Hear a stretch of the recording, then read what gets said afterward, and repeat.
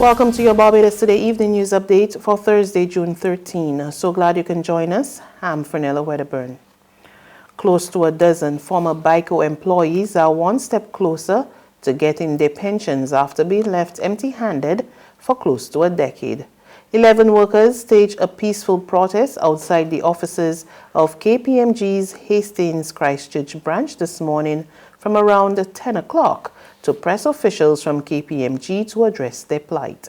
KPMG officials met with the group, and spokesman for the former employees, Henderson Headley, told reporters they were assured by the judicial manager that he would look into the matter.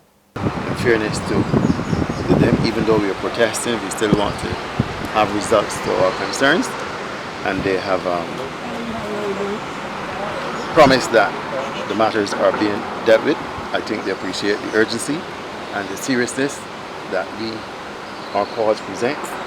It is sad that sometimes you have to come on the line to get attention, but I've assured them that if we have to come back here, we will be back. So I think the meeting was fruitful, and that they've asked to be patient, and we should get some results. A former Baico employee, 71-year-old Randall Callender, who worked at the company for 3 decades, is anxious for a solution. I hope to achieve the pension that we regularly should get. I'm really here to make the disturbance or non-so, but just give us a time when it be paid, and I think everybody is cooperative, and whenever the time comes, set a time. Let it be 3 months, 4 months, or 5 months. I think it'll be pretty okay. Tread cautiously. Barbadian authorities are being warned to proceed carefully with the plan to establish a medical marijuana industry. The caution came today from Canadian physician Professor Louis Yuko Franschuti, who said that while the industry could be a lucrative one, there are a number of potentially troubling consequences that could develop. He was addressing the opening of the Barbados Employers Confederation one-day seminar at the Savannah Hotel on the theme Decriminalization of Marijuana, the employer's response. If you do end up using medicinal marijuana, please don't tell me that it has to be through smoking. And please don't tell me that it has to be through vaping. Because right now what ends up happening is a lot of people are vaping and they're getting THC, putting it in the vapors, and they're vaping almost like pure THC. The THC content in cannabis in the 60s was about 3-4%. You can have THC content in current strains that's up to 30-40%. Okay, we're talking super THC. And that's why people really get this buzz out of this stuff. Okay? Consequences on our roadways and in safety-sensitive positions have been proven. The impact on the young brain is well researched and we have to protect. So if you were to pass legislation, it should be for people over the age of 25, okay, whose brains are fully developed. Barbados will roll out the red carpet tomorrow for President of the Republic of Ghana, Mr. Nana Akufo-Addo. The official visit is aimed at deepening bilateral relations between Barbados and Ghana in areas of mutual interest. While on the island, he will hold bilateral talks with Prime Minister Mia Mottley and several ministers. He will also meet with officials from the University of the West Indies. The visiting president will also pay a courtesy call on Governor-General Dame Sandra Mason at Government House and later address Parliament.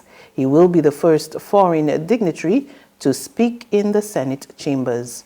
Barbados is the final stop of the president's Caribbean tour.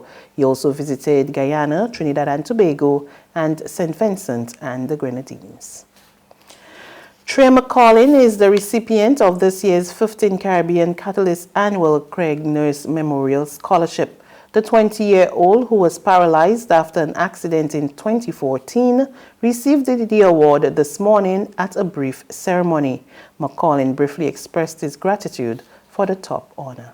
I'd like to start off by thanking the nurse family and Caribbean Catalyst for providing the scholarship and all the other stakeholders that continue to assist with highlighting those that excel with post-secondary academic career I would also like to thank my family members and individuals that pushed me to apply for a scholarship repeatedly. And I'm not one for much conversation. I was a bit quiet. I'm a bit of an introvert, but I would like to tell those with disabilities that life is being difficult at times, but once you keep trying at something, you're bound to succeed. In sports, England women defeated the West Indies ladies by 135 runs under the Duckworth-Lewis method in the final one-day international of the three-match series at Essex County Ground today. Scores in the match: England 258 for 4 of 39 overs, while the West Indies made 131. There's regional and international news after this short break.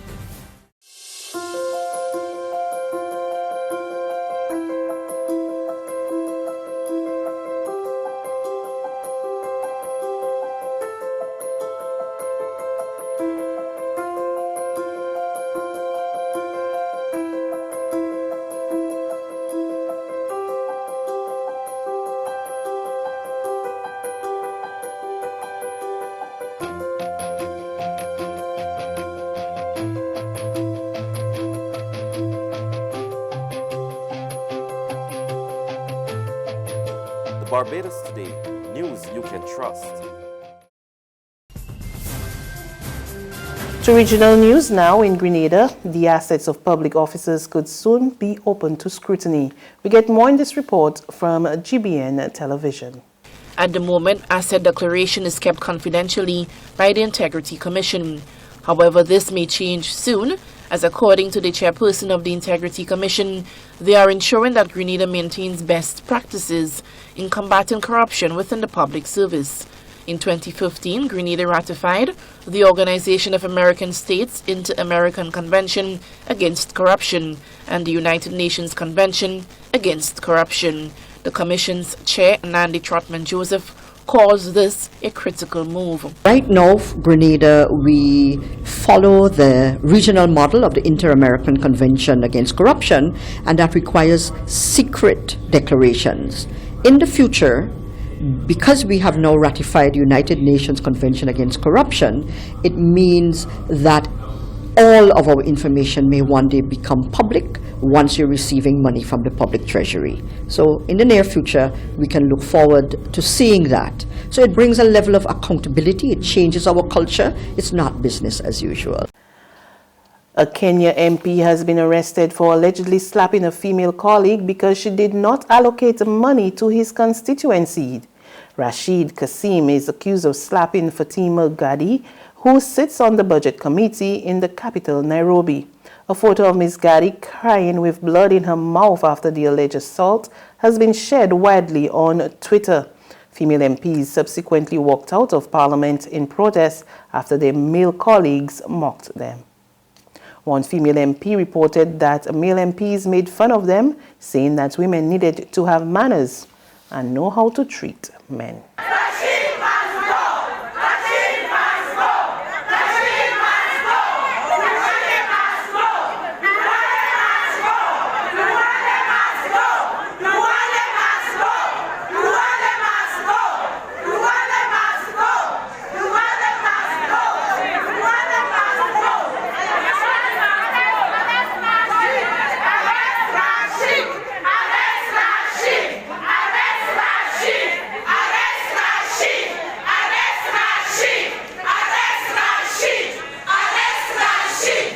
That's news. But for the very latest, visit our website at www.barbadostoday.bb. You can also subscribe to our e-paper, email updates, or like us on Facebook, and sign up for our breaking news alerts via WhatsApp. We're also on Izumi Media and bus terminals, as well as screenplay at supermarkets and gas stations near you. And you can also hear us on Mix 96.9 FM and Capital Media HD 99.3 FM. I'm Fernella Wedderburn.